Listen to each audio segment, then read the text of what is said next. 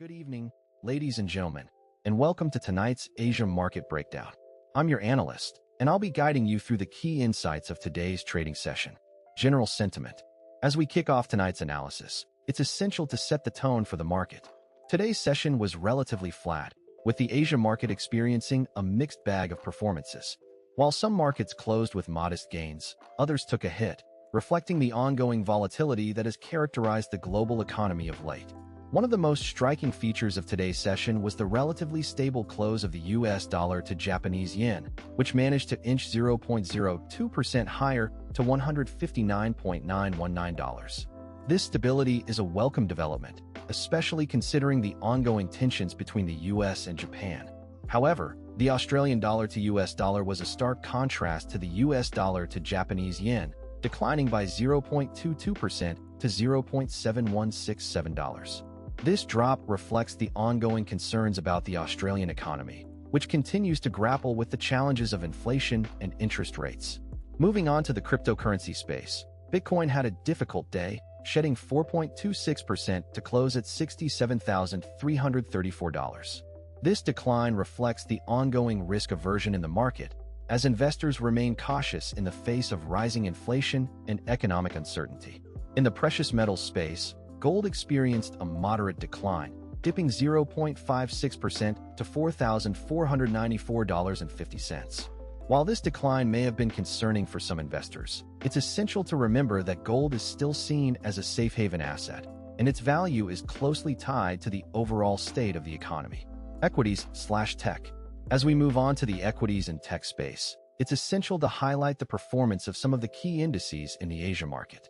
The Nikkei 225, Japan's benchmark index, closed the day 0.05% higher, driven by a strong performance in the tech sector. The index's tech-heavy constituents, such as Toshiba and Sony, contributed significantly to the gains.